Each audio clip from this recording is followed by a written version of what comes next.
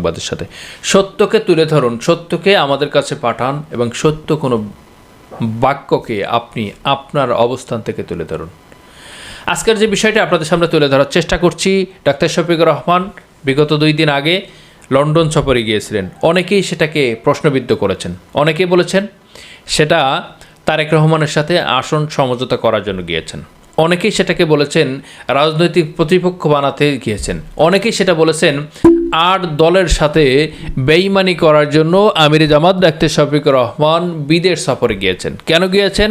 বিএনপির সাথে একটা সমঝোতা করে আসন নিয়ে তারা বাংলাদেশে আসতে চায়। এই গোপন চুক্তির ভিত্তিতে এই কাজটি করছে আমির জামাত।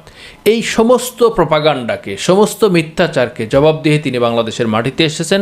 সংক্ষিপ্ত করার একটি কারণ হচ্ছে যে তিনি শরীফ ওসমান হাদির পাশে দাঁড়াবে, সেখানে দাঁড়াবে, তার মানে পরিবারের সাথে দেখা করবে এবং শরীফ ওসমান হাদি ভাইয়ের জানাজাতে অংশগ্রহণ করবে।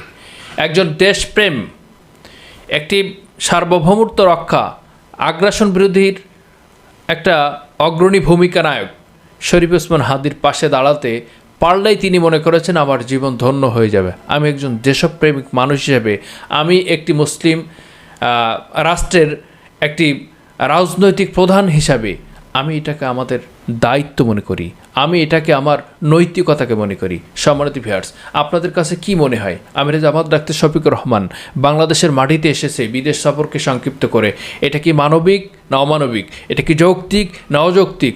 আপনাদের কাছে প্রশ্ন থাকবে। আজকে আপনাদেরকে এই জন্য বলছি যে আমিরে জামাত ডাক্তার শফিকুর রহমান আগামীর বাংলাদেশ গড়ার একটা প্রত্যয় দেখছে। আমিরে জামাত ডাক্তার শফিকুর রহমান আগামীর বাংলাদেশকে ন্যায়, ইনসাফ এবং সমস্ত কিছু আধিপত্যবাদের বিরুদ্ধে বাংলাদেশকে গড়ে ন্যায়, ইনসাফ, অনুশাসন কায়েম করে একটি সার্বভৌম রাষ্ট্র গঠনের কেন্দ্র করে এদেশের শান্তির সুবাতাস বয়ে দিতে চায়। যে যুগটি ছিলেন রাশেদার যুগ। আপনাদের সকলের কাছে অনুরোধ করব, আজকের ভিডিওটি কেমন মনে হয়েছে আপনার কাছে এবং আজকের ভিডিওটি কতটুকু যৌক্তিক অযৌক্তিক, সকল কিছুকে বিবেচনা করে আপনারা অবশ্যই আমাদের ভিডিও বক্সে কমেন্ট করবেন। দেখা হবে আগামী ভিডিওতে। সে পর্যন্ত ভালো থাকুন।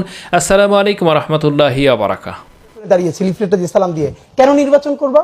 আমি এমপি হতে চাই। এমপি কেন হবা? আমি দেশের জন্য পলিসি মেকিং এ সাহায্য করতে চাই।